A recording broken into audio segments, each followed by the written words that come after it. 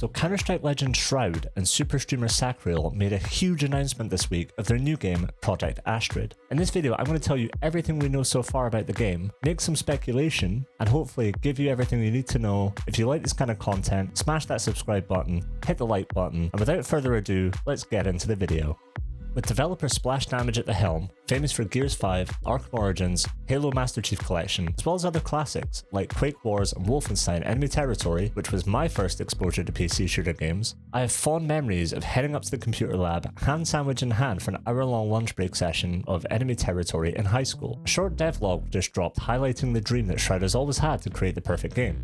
This could be a really interesting prospect because Shroud has a history of playing games to death, highlighting flaws in the games that he plays and commenting on what he really likes, and that gives me great hope for this project. Codenamed Project Astrid, it will be a AAA open world survival FPS.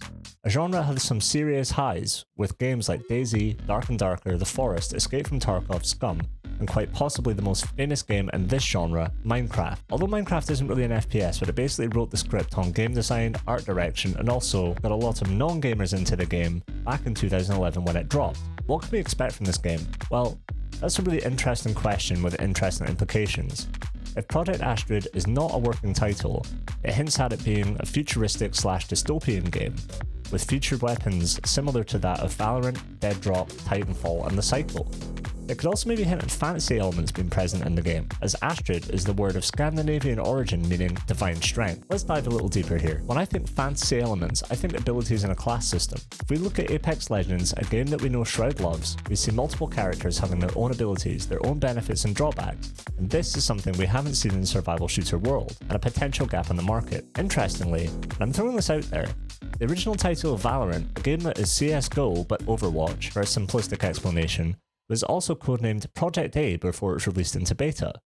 If it's a working title, it probably hints at it being more realistic, so we can see more of a PUBG-like experience, another game that Shroud played for thousands of hours while he was making the rounds on Twitch, stream snipers, flying cars and all. This is quite a competitive genre in terms of audiences.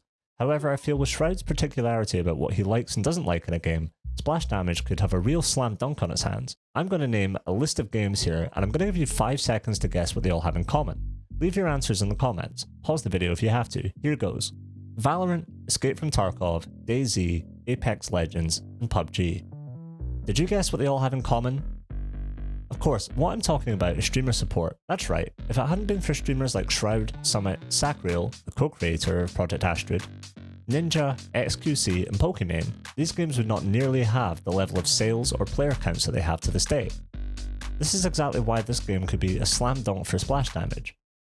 Shroud and Sacriel will definitely play Project Astrid on Twitch to millions of viewers for this foreseeable future. Summit will play it too, due to his love of survival games, particularly DayZ, and we could even see the likes of Landmark, OnePeg, and Jesse Kazam streaming the game depending on the direction the development takes. I do have a couple of concerns though, and for that I'm going to list a few games that make me concerned, one of which was developed by the creators of Project Astrid, Splash Damage, Battlefield 2042, No Man's Sky, Halo Master Chief Collection, Cyberpunk 2077. That's right, if you guessed that all the above games had terrible launches, and by the way, Halo Master Chief Collection, the game with probably the worst launch in video game history, was also created by Splash Damage as stated on their website. A repeat of the launch of any of the games I just mentioned could mean that Project Astrid could be dead on arrival.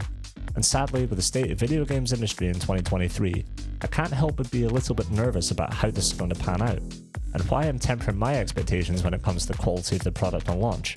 This could have a devastating effect not only on the lifespan of the game, but the careers of both Shroud and Sacriel. I'm optimistic, don't get me wrong, and I'm very excited for this game because I'm sure if I've realised this after watching a 3-minute long devlog, they have too. Why I'm confident that this could be an absolutely genre-defining game. My other main concern is anti-cheat. All the games I mentioned in the first list have another thing in common too.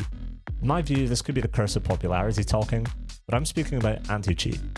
With the exception of Valorant, which has likely the best but most invasive anti-cheat in the industry right now, even detecting Escape from Tarkov cheats better than BattlEye, which is a topic for another video. I really hope this game is incredible as I believe it will be, has a flawless launch, an incredible anti-cheat, and an absolutely amazing community.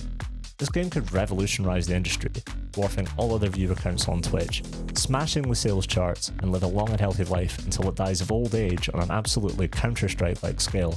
It already has the potential to be leagues better than any of the games mentioned in this video, but forgive me for reserving a little bit of healthy skepticism. I really want to love this game and see it do well, and I can't wait to check it out the second it hits beta. For all things Project Astrid, remember to smash that like button and subscribe to this channel because I'll be covering news and updates as it breaks on this one. Thank you for watching, I've been Lionz, and I'll see you all in the next one.